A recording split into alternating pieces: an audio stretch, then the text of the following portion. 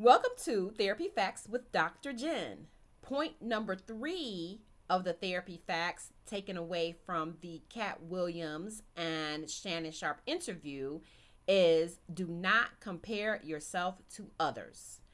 When you are considering the gap between what you needed from parenting and what you got, and figuring out how to take what you did get and build upon the foundation of that, and forgive your parents and forgive your caregivers.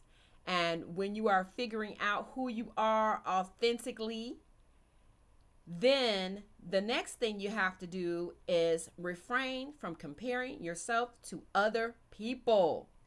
First of all, we only see external elements from other people.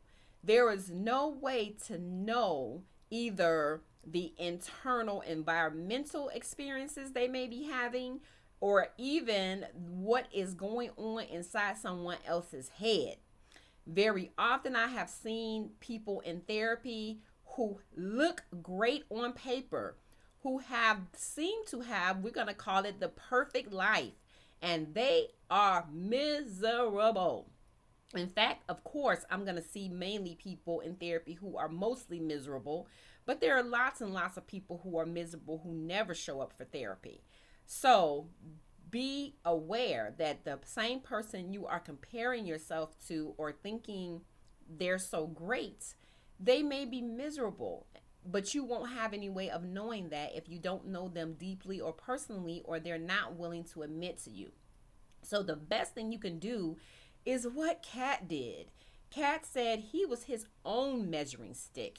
He did research and he practiced skills, and he made opportunities from him for himself, and he took upon opportunities based on who he wanted to be, based on him wanting to be better at his craft and whatever else he set for himself from day to day. He said he was competing against himself. He wasn't looking left, he wasn't looking right. And that is so crucial when we are moving through the world, looking for peace, looking for contentment, is to be able to say, hey, this is my journey.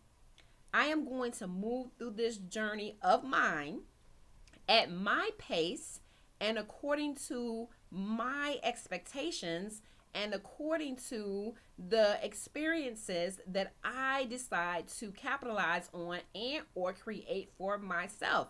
Now that's super maturity now. That's big boy and big girl talk, because most of us will compare ourselves to other people and wish, not even compare and say, hey, let me look and see how this person accomplished this particular goal. That's not comparing. That's saying, hey, there's somebody who's already done the thing I want to do. So let me look at the steps they took so that I can be sure to take those steps for myself. Most people aren't doing that. That's what Katt did. If he used anybody as a role model or as a learning resource, he did that to advance himself. Most people will look at other people and go, "Oh my gosh, that life looks great and I wish I had it," or that skill looks great and I wish I had it. And they stop there because they're not willing to put the work in. The point of looking at someone as a guide is to say, okay, this is what they did. I can start there and I can see how that works for me, and then I can build upon that.